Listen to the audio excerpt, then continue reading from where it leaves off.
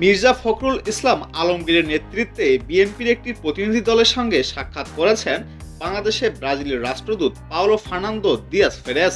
বেলা 11টায় রাজধানী গুলশানে দলের চেয়ারপারসনের কার্যালয়ে দিয়াস ফেরেস সৌজন্য সাক্ষাৎ করতে আসেন।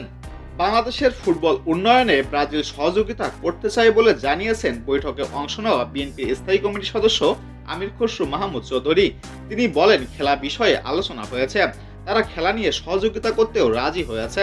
বাংলাদেশের ফুটবলকে কিভাবে আরো বেশি উন্নত করা যায় সেক্ষেত্রে তারা সহযোগিতা করতে রাজি আছে। আগামী দিনে আমাদের ফুটবলে ব্রাজিলিয়ান কোচ নিয়োগ দিয়েও আলোচনা করব।